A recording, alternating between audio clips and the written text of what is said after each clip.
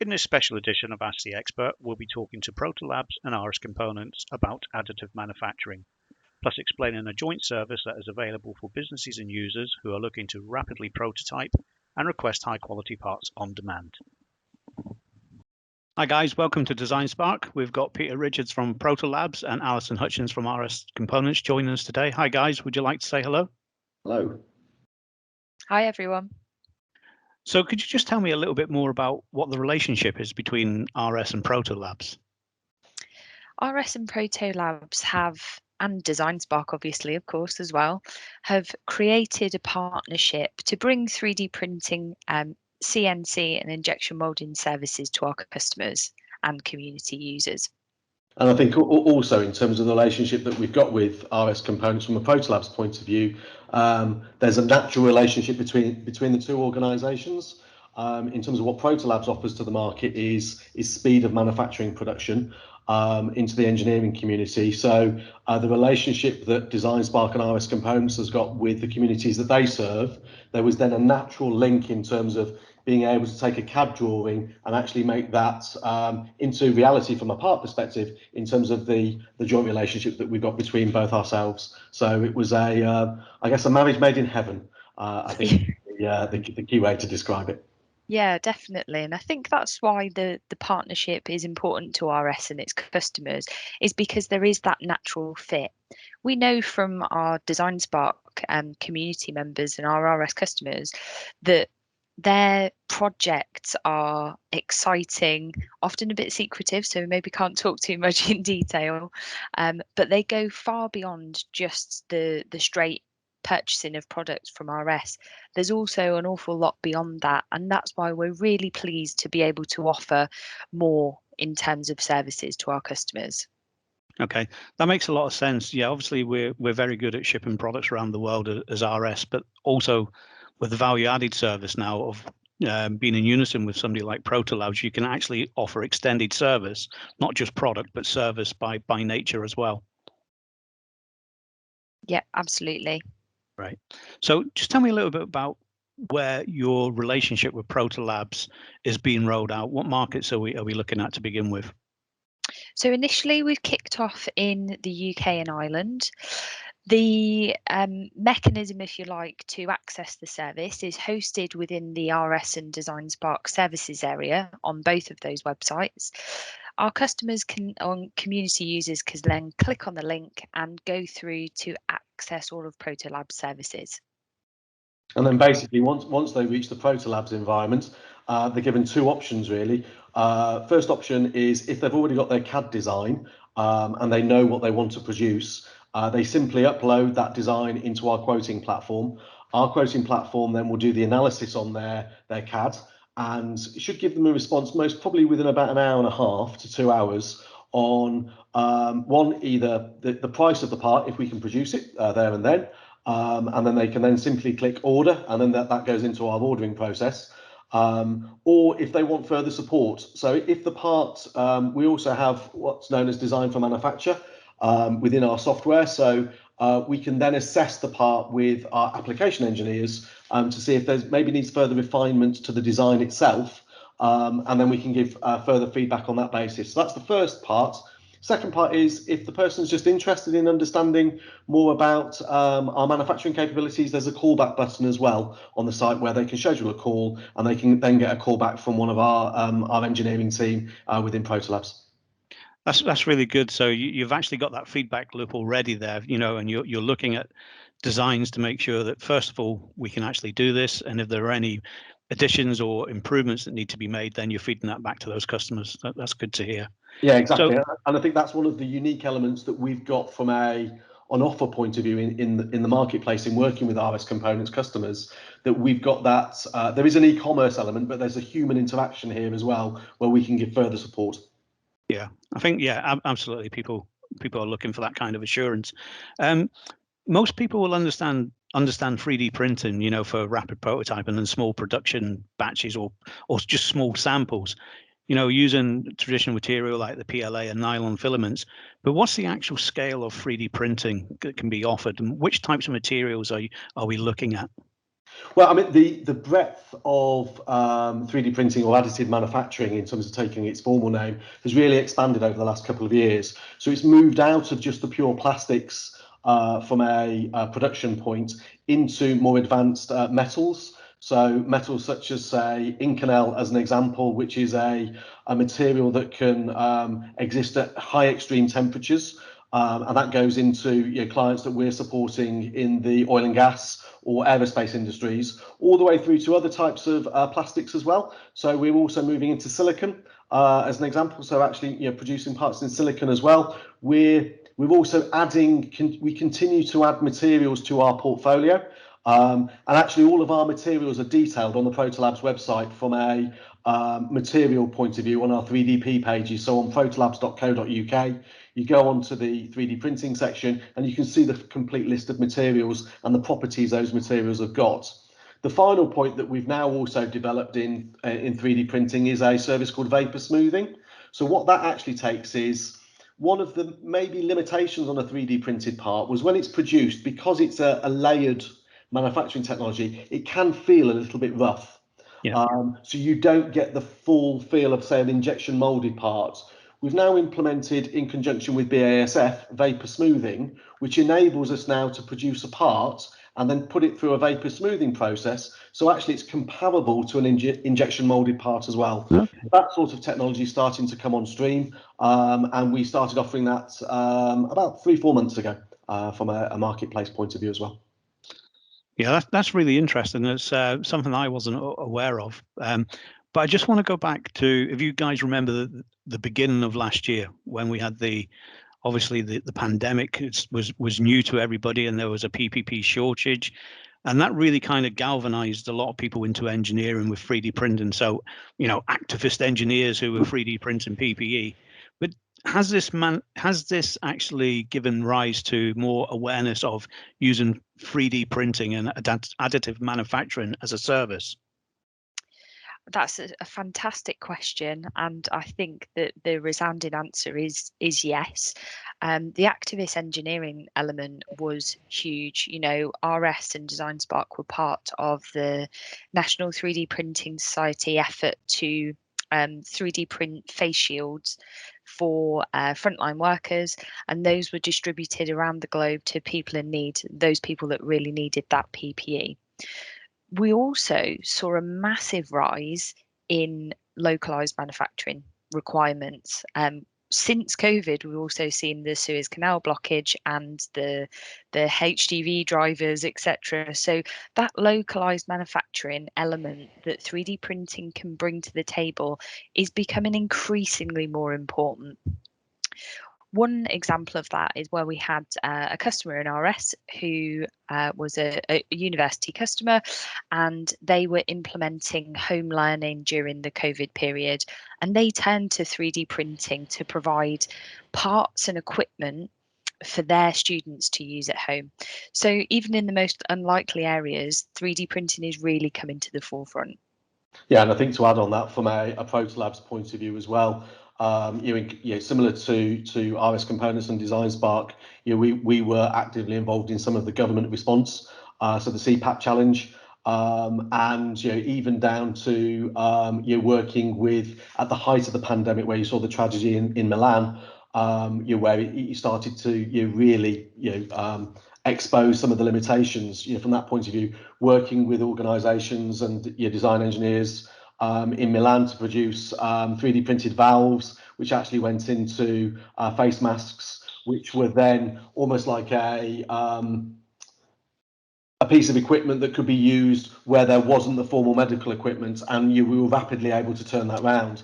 And I think the other thing, coming back on Alison's point as well, in terms of the supply chain challenge that we're seeing at the moment, is not just in 3D printing, because obviously you have a speed element in 3D printing, but when you look at Protolabs, and the essence of what Protolabs does is you can get a part in as fast as a day. And that whole point around distribution and localization of supply chain, all our manufacturing facilities are in Europe. In terms of the service that we're working with RS Components on, we have 8 manufacturing facilities across the globe, but we've got a 3D printing center of excellence based in Munich, and actually a brand new facility where we're consolidating all of our sites now into one site in Munich, which formal opening happens on the 18th of November as well. So you can start to see how there's far more support that can be given to your local organisations in terms of their the challenges that they've got, be it in a tragedy like a medical incident, or where we're seeing economic challenges that we've got at the moment as well, really. Yeah, it's certainly, obviously, the pandemic and worldwide issues certainly galvanized engineers to do something. And I think, moving forward, that movement will still have resonance maybe in the future when global events happen. Peter, I just want to go back to the differences between 3D printing. You were talking about injection molding and CNC machining there. Mm-hmm. What are the essential differences in the processes? Could you just explain that a little bit more? Yeah, but very simply, you've got two manufacturing processes. You've got a subtractive process, and which you're basically cutting away parts to produce something.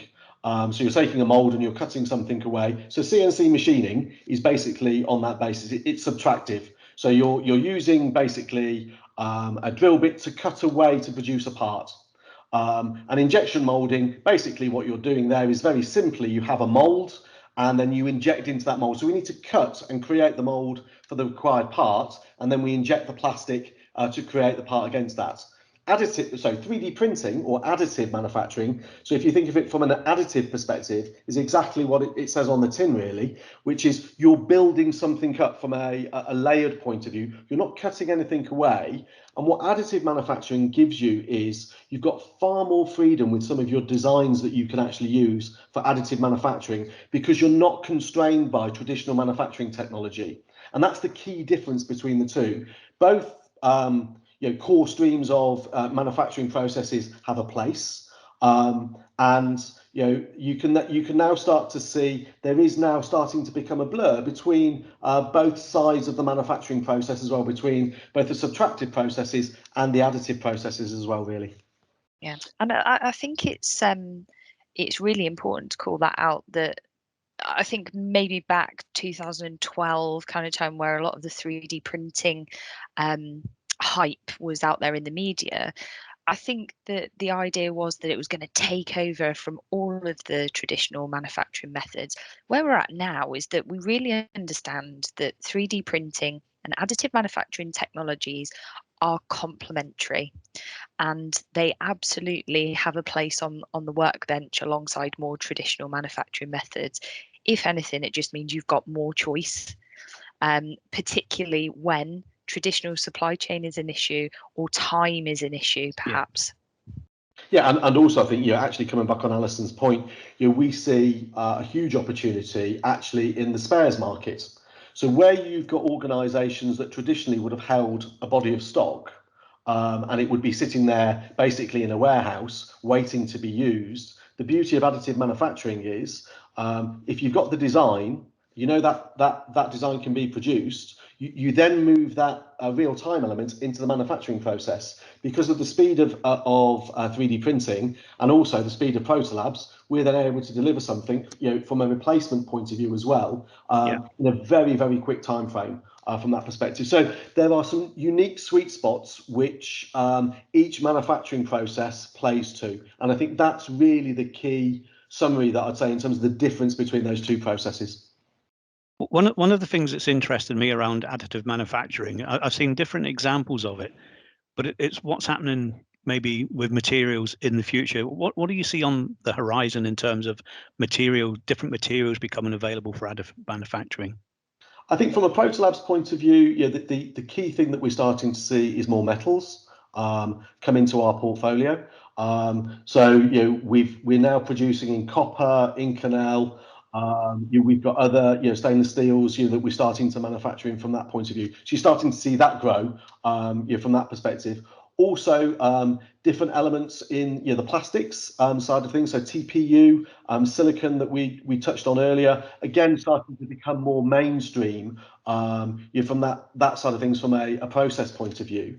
And then really it comes down to the other thing that particularly with the additive process is then ensuring that you can certify the production of that part. In a traditional manufacturing process, there's normally a testing regime that goes through, which is very easy to do because you have a mold, you then test one item off the mold, and then you then produce 100 off it because one is against they're all uniform. With additive manufacturing, it's completely different because each part could be unique. So the other element that you're starting to see from a development point of view in additive manufacturing is certifying the manufacturing process that you go through in the production of the part. So you certify the material and you certify your manufacturing process. That's critical in ensuring that there's trust that when somebody gets their part, they know it's going to be compliant. And that's something Protolabs has worked very strongly on with industry bodies such as DNV to get our whole manufacturing process certified to their standard for additive manufacturing as well.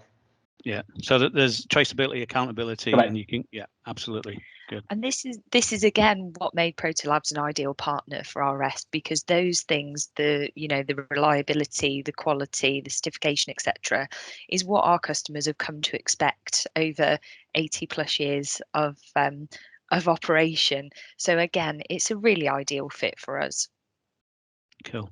So one of the things we were talking about, some benefits earlier, we mentioned a couple like spares, but for a manufacturer using an on-demand service for additive manufacturing, what are the real benefits that you would maybe highlight to manufacturing? I think I'd most probably answer that question in a slightly broader sense, if I may, in terms of if you look at on-demand manufacturing and what are the benefits that it brings, be that 3DP, CNC or IM. I think first thing is there's the obvious point here is speed and turnaround. There's an ability with all of the services that we're supporting RS Components and the DesignSpark community with, in terms of being able to rapidly get a part to market for them. So that's the first thing. So you take out that time element, which is the key thing. Secondly, you're then able to manage your supply chain more effectively. Which is, I think, critical, particularly in the challenges we're seeing in today's world. Thirdly, I think as well, coming with that speed is then design iteration. If you look at any product designer or design engineer, what they need to do is iterate that design. And the faster they can do that, the quicker they can get to market. And that's the beauty of what you've got in terms of the Protolabs offer and also the additive manufacturing offer, in terms of you can iterate your design process very quickly. You can do test and learn, and then you can get your final product to market in a far quicker way and actually start to see the big revenues come in at the back of that product launch. And then I think the final point would be is that there is an element of, to a degree, confidence and trust that you've got a partner that can respond immediately to a manufacturing challenge. So a lot of the customers that we serve have in-house capacity, but they know we can support them in terms of if they're running at capacity, they can turn to us and we can backfill from that point of view as well. So they would be really the four areas from our perspective, from a support point of view. Yeah, that's an area I probably hadn't considered, was if customers already had in-house capability. But there are times, as we can see, demand outstretches resource, and then you can outsource to on-demand printing. Absolutely, cool. Great. Which industries are benefiting the most from additive manufacturing? I think from our point of view, we see huge engagement with the medical sector. Compliance is a big issue in medical as well. So, we have to operate to certain standards in production of parts into the medical sector. The other industries that you start to look at, which you then start to think, well, you wouldn't necessarily think so, but aerospace is a big sector for us as well from a support point of view, and the whole actually space industry as well is a big market for us. You then start to get into more niche markets where you're starting to see either at the niche end of motorsport and automotive, and into those areas from a production point of view. But actually, so where you're starting to see additive now spread is into every single sector from an economy point of view. The breadth of the way the service portfolio can now support from a material point of view, it takes it out of one of the points that Alison made earlier as being a niche manufacturing capability that maybe only hobbyists would have thought of using, into industrial scale use. Yeah. And if you look at our capability, you know, we have, you know, a footprint of over 120 3D printing machines now across a variety of different manufacturing technologies to be able to support industrial use of 3D printing. And that's the key difference that you're starting to see now in terms of where the application is as well. Yeah, Right. and I think going back to the materials question, Greg, that you asked a little earlier, as the materials, the amount of materials and the different properties increase, you're going to see more use in different industry sectors, and perhaps a lot of the non-obvious industry sectors that you perhaps wouldn't think that this was applicable to as well. I think if you signed up to any of the 3D printing email newsletters, etc., as I am, every day there's a new material, PEKK, new biomaterials. It's such an exciting field to work in at the moment. Yeah. And every day it's like, what comes next and where can that be applied industrially? Yeah, I think for myself personally, one of the most exciting areas for this type of technology, just, you know, from a personal point of view, is the medical side of things as well.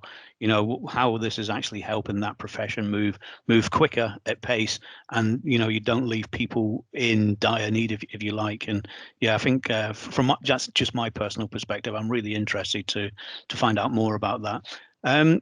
Just one more question before we finish.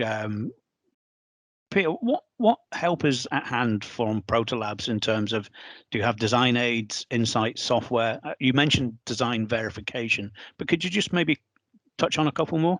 Yeah, sure. So yeah, basically in terms of the process that we've got within Protolabs to support, we've got online support. So there's design tips in terms of, you know, supporting people in terms of the design process that they need to go through, video tutorials to support them from that point of view, from an online perspective.